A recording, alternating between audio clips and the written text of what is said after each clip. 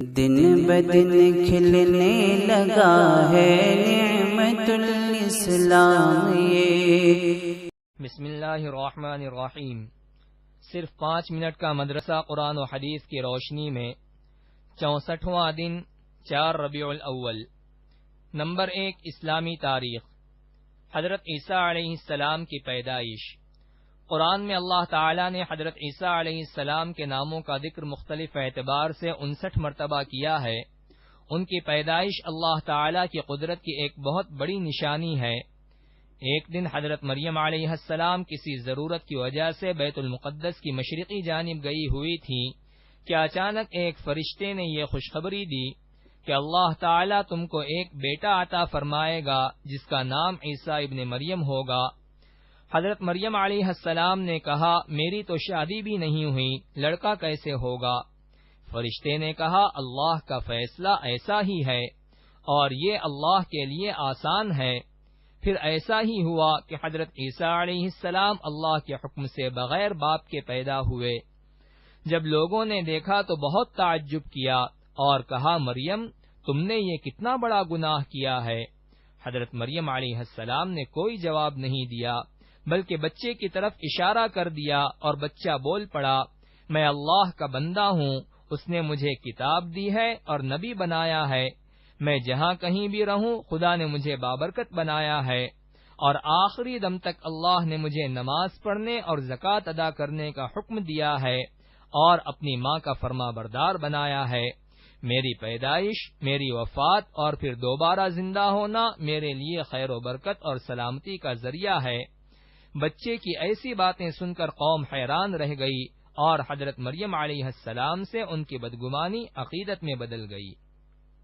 Number 2، حضور صلی اللہ علیہ وسلم کا معجزہ۔ غزوہ موتا میں شہیدوں کے متعلق خبر دینا۔ ملک شام میں موتا نامی ایک مقام پر جنگ ہو رہی تھی۔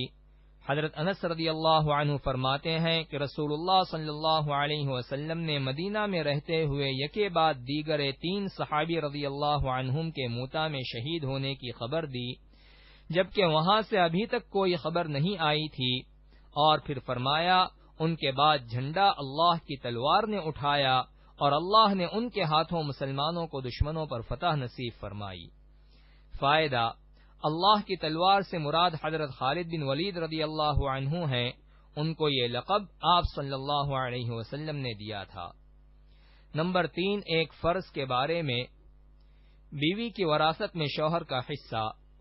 قرآن میں اللہ تعالی فرماتا ہے، تمہارے لیے تمہاری بیویوں کے چھوڑے ہوئے مال میں سے آدھا حصہ ہے جبکہ ان کی کوئی اولاد نہ ہو، اور اگر ان کی اولاد ہو تو تمہاری بیویوں کے چھوڑے ہوئے مال میں تمہارے لیے 1/4 حصہ ہے، تمہیں یہ حصہ ان کی وصیت اور قرض ادا کرنے کے بعد ملے گا۔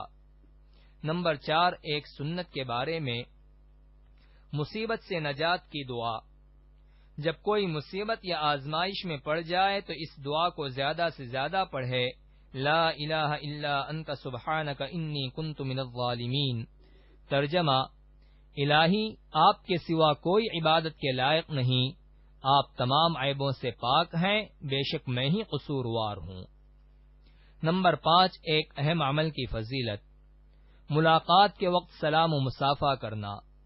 رسول اللہ صلی اللہ علیہ وسلم نے فرمایا، جب 2 مسلمان ملاقات کے وقت مصافحہ کرتے ہیں اور اللہ تعالی کی تعریف کرتے ہیں اور اللہ تعالی سے مغفرت طلب کرتے ہیں، یعنی مصافحے کے وقت یغفر اللہ لنا ولکم اور مزاج پرسی کے وقت الحمدللہ کہتے ہیں تو ان کی مغفرت کر دی جاتی ہے۔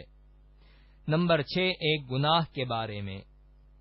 قرآن کو چھپانا اور بدلنا۔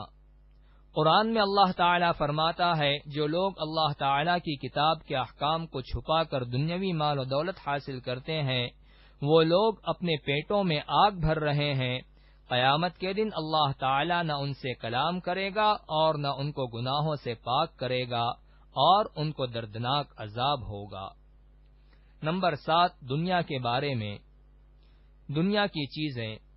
قرآن میں اللہ تعالی فرماتا ہے، تم لوگوں کو جو کچھ دیا گیا ہے وہ صرف دنیاوی زندگی میں برتنے کا سامان ہے، اور جو کچھ اجر و ثواب اللہ کے پاس ہے وہ اس دنیا سے کہیں زیادہ بہتر اور باقی رہنے والا ہے، جو صرف مؤمنین اور اپنے رب پر بھروسہ رکھنے والوں کے لیے ہے۔ نمبر 8، آخرت کے بارے میں دوزخ کی گہرائی۔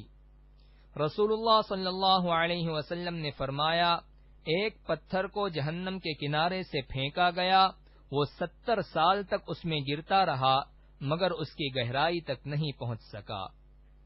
نمبر 9، طب نبوی سے علاج، بڑی بیماریوں سے حفاظت۔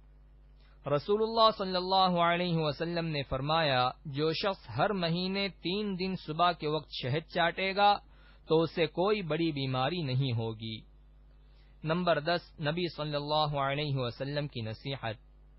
رسول اللہ صلی اللہ علیہ وسلم نے فرمایا، جب تم میں سے کسی کو چھینک آئے اور الحمدللہ کہے تو تم اس کے لیے یرحمک اللہ کہو، اور اگر وہ الحمدللہ نہ کہے تو تم یرحمک اللہ نہ کہو۔